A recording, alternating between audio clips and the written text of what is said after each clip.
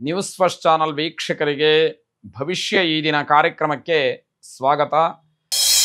ಮೇಷರಾಶಿಯವರಿಗೆ ಸಮಾಜದಲ್ಲಿ ಹೆಸರನ್ನು ಮಾಡಲಿಕ್ಕೆ, ಒಂದು ಸ್ಥಾನಮಾನವನ್ನು ಗಿಟ್ಟಿಸ್ಕೊಳ್ಳೋದಕ್ಕೆ ಅವಕಾಶಗಳು ಹೆಚ್ಚಾಗಿ ಆಗುವಂಥದ್ದಾಗತ್ತೆ. ಆ ಪ್ರಯತ್ನ ನಿಮ್ಮದಾಗಿದ್ದರೆ ಸಾಕು ಅನ್ನುವಂಥದ್ದು.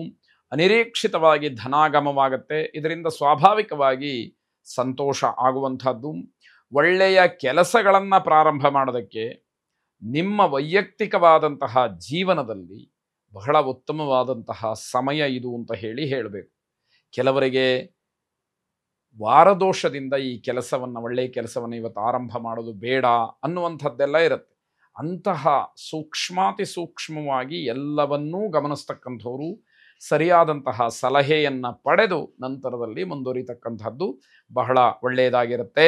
ಕೈ ಹಿಡಿದಂತಹ ಕೆಲವು ಕೆಲಸಗಳು ಹಿನ್ನಡೆಯನ್ನು ತೋರಿಸುತ್ತೆ. ಇದರ ಅರ್ಥ ಎಚ್ಚರಿಕೆ. ನಿಮಗೇನೋ ನಷ್ಟ ಆಗ್ತಾ ಇದೆ ಅಂತಾದರೆ ನೀವು ತುಂಬ ಜಾಗ್ರತೆಯಿಂದ ಇರಬೇಕು ಅಂತ ಅರ್ಥ. ಪೋಷಕರಿಗೆ ಮತ್ತು ಶಿಕ್ಷಕರಿಗೆ ಮಕ್ಕಳು ವಿಧೇಯರಾಗಿರಬೇಕಾದಂಥದ್ದು. ಮಕ್ಕಳು ತುಂಬ ವಿಧೇಯತೆಯನ್ನು ತೋರಿಸಿದರೆ ಮಾತ್ರ ನಿಮಗೆ ಭವಿಷ್ಯ ಚೆನ್ನಾಗಿದೆ ಅನ್ನುವಂಥದ್ದು ಆಗತ್ತೆ. ಪುರಸ್ಕಾರ, ಬಹುಮಾನ ಇವೆಲ್ಲವೂ ಕೂಡ ನಿಮ್ಮ ಪಾಲಿಗೆ ಸಿಕ್ಕುವಂಥದ್ದು. ಸಾಲ ಸುಲಭವಾಗಿ ಸಿಕ್ಕತ್ತೆ, ಆದರೆ ಯೋಚನೆ ಮಾಡಿ, ಸಾಲ ಬೇಕಾ, ಸಾಲ ಮಾಡಬೇಕಾ ಅನ್ನುವಂಥದ್ದು. ಗುರು ದಕ್ಷಿಣಾಮೂರ್ತಿಯನ್ನು ವಿಶೇಷವಾಗಿ ಪ್ರಾರ್ಥನೆ ಮಾಡಿ, ಆ ಸದ್ಗುರುವಿನ ಅನುಗ್ರಹ ಸದಾ ನಿಮ್ಮನ್ನು ರಕ್ಷಣೆ ಮಾಡಲಿ. ಶುಭವಾಗಿ. ವೃಷಭ ರಾಶಿ ವಿದ್ಯಾರ್ಥಿಗಳು ನಿರ್ಲಕ್ಷ್ಯವನ್ನು ಮಾಡಿ ತೊಂದರೆಗೆ ಗುರಿಯಾಗ್ತೀರಿ. ಯಾವುದೋ ಒಂದು ವಿಚಾರದಲ್ಲಿ ಕಠಿಣವಾದಂತಹ ಪರಿಶ್ರಮ ಬೇಕು, ಓದಬೇಕು, ಅದು ನಿಮ್ಮನ್ನು ಭವಿಷ್ಯದಲ್ಲಿ ಕಾಪಾಡುವಂಥದ್ದಾಗತ್ತೆ. ಅದನ್ನು ನೀವು ನಿರ್ಲಕ್ಷ್ಯ ಮಾಡಿಬಿಟ್ರೆ ಹೇಗೆ ನಿಮ್ಮ ಭವಿಷ್ಯ ಅನ್ನುವಂಥದ್ದು ಪ್ರಶ್ನೆಯಾಗತ್ತೆ.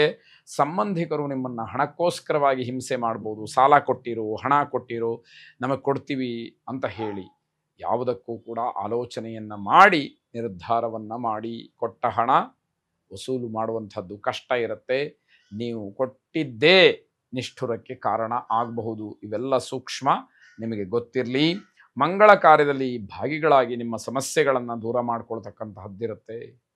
ಯಾವುದೋ ಒಂದು ಶುಭ ಕೆಲಸ ಆಗುತ್ತೆ ನಾಳೆ ನಾಡಿದ್ದು ಮುಂದಿನ ದಿನದಲ್ಲಿ. ಅಂತಹ ಸ್ಥಳಕ್ಕೆ ನೀವಿಂದು ಭೇಟಿ ಕೊಡ್ತೀರಿ. ನಿಮ್ಮ ಸಮಸ್ಯೆಗಳ ಬಗ್ಗೆ ವಿಚಾರ ಮಾಡ್ತೀರಿ. ಅದಕ್ಕೇನೋ ಒಂದು ಸೂಕ್ತವಾದಂತಹ ಪರಿಹಾರ ಸಿಕ್ಕತ್ತೆ. ಅದರಿಂದ ನಿಮಗೆ ಅನುಕೂಲ ಆಗುವಂಥದ್ದಾಗತ್ತೆ. ಬೇರೆಯವರ ಸಮಸ್ಯೆಗಳನ್ನು ಬಗೆಹರಿಸೋದಕ್ಕೆ ಹೋಗಿ ನೀವು ಕಷ್ಟಕ್ಕೆ ಸಿಗ ಹಾಕ್ಕೊಳ್ತೀರಿ. ಯಾರೋ 4 ಜನಕ್ಕೆ ಒಳ್ಳೆಯದಾಗಲಿ ಅನ್ನುವ ಭಾವನೆ ನಿಮ್ಮದು ಹೌದು, ಆದರೆ ನೀವು ಕಷ್ಟಕ್ಕೆ ಸಿಕ್ಕಿದಾಗ ನಿಮ್ಮ ಜೊತೆ ಬರೋರು ಯಾರು, ಇದು ಪ್ರಶ್ನೆಯಾಗತ್ತೆ. ಹಿರಿಯರು ನಿಮ್ಮನ್ನು ತುಂಬ ಅಭಿಮಾನದಿಂದ ಕಾಣ್ತಾರೆ, ಕಿರಿಯರು ನಿಮ್ಮನ್ನು ಗೌರವಿಸ್ತಾರೆ ಅಂತಕ್ಕಂಥದ್ದು. ಆಧ್ಯಾತ್ಮಿಕವಾಗಿ ಚಿಂತನೆಯನ್ನು ನಡೆಸ್ತೀರಿ, ಆದರೆ ಏನೂ ಪ್ರಯೋಜನ ಆಗೋದಿಲ್ಲ. ಕೇವಲ ವೇದಾಂತವನ್ನು ತಿಳ್ಕೊಳ್ಳೋದಷ್ಟೇ ಆಚರಣೆಗೆ ತರಬೇಕಾದ್ರೆ ಬಹಳ ಕಷ್ಟ ಇದೆ ಎನ್ನುವಂಥದ್ದು. ಮಾನಸಿಕವಾದಂತಹ ಚಂಚಲತೆಯನ್ನು ನಿಯಂತ್ರಣದಲ್ಲಿ ಇಟ್ಕೊಳ್ಳಿ. ಅದು ನಿಮ್ಮ ಹದ್ದು ಮೀರಿ ಹೋಗುವ ಹಾಗೆ ಆಗಬಾರದು ಅನ್ನುವಂಥದ್ದು. ನಿಮ್ಮ ಮನೆಯ ದೇವರನ್ನು ಪ್ರಾರ್ಥನೆ ಮಾಡಿ. ಶುಭವಾಗಿ. ಮಿಥುನ ರಾಶಿ ಪಿತ್ರಾರ್ಜಿತವಾದಂತಹ ಆಸ್ತಿಯ ವಿಚಾರಕ್ಕೆ ಜಗಳ ಆಗಬಹುದು. ಎಚ್ಚರಿಕೆಯನ್ನು ವಹಿಸಬೇಕಾಗತ್ತೆ, ಗಮನ ಕೊಡಬೇಕಾಗತ್ತೆ. ಒಳ್ಳೆಯ ಮಾತಿನಿಂದ ಅದನ್ನು ಬಗೆಹರಿಸ್ಕೊಳ್ಬೇಕಾಗತ್ತೆ. ಅದಿಲ್ಲ ಅಂತಾದರೆ ಏನೂ ಪ್ರಯೋಜನಕ್ಕೆ ಬರೋದಿಲ್ಲ. ಹಾಗೆ ಜಗಳ ಆಗತ್ತೆ. ಅವತ್ತಿನ ಗಲಾಟೆಯನ್ನು ಮುಗಿಸ್ಕೊಂಡು ಎಲ್ಲ ವಾಪಸ್ಸು ಹೋಗ್ತೀರಿ. ಏನೂ ಪ್ರಯೋಜನ ಆಗದೇ ಇರುವಂಥದ್ದು, ವಿಚಾರ ಇತ್ಯರ್ಥ ಆಗದೇ ಇರುವಂಥದ್ದಾಗತ್ತೆ. ಆತುರದಲ್ಲಿ ಹಣವನ್ನು ಕಳ್ಕೊಳ್ತಕ್ಕಂತಹ ಸಾಧ್ಯತೆ ಇದೆ. ಹಾಗಾಗಿ ಆತುರ ಪಡಬಾರ್ದು. ನಿಧಾನವಾಗಿ ಆಲೋಚನೆಯನ್ನು ಮಾಡಿ ಕೆಲಸವನ್ನು ಮಾಡಿ ಅನ್ನುವಂಥದ್ದು. ಯೋಜನಾಬದ್ಧವಾಗಿ ಮಾಡ್ತಕ್ಕಂತಹ ಕೆಲಸ ಏನಿದೆ ಅದು ಮಾತ್ರ ಯಶಸ್ಸನ್ನು ಕೊಡುತ್ತೆ. ಪ್ಲಾನ್ಡಾಗಿ ಮಾಡಬೇಕು.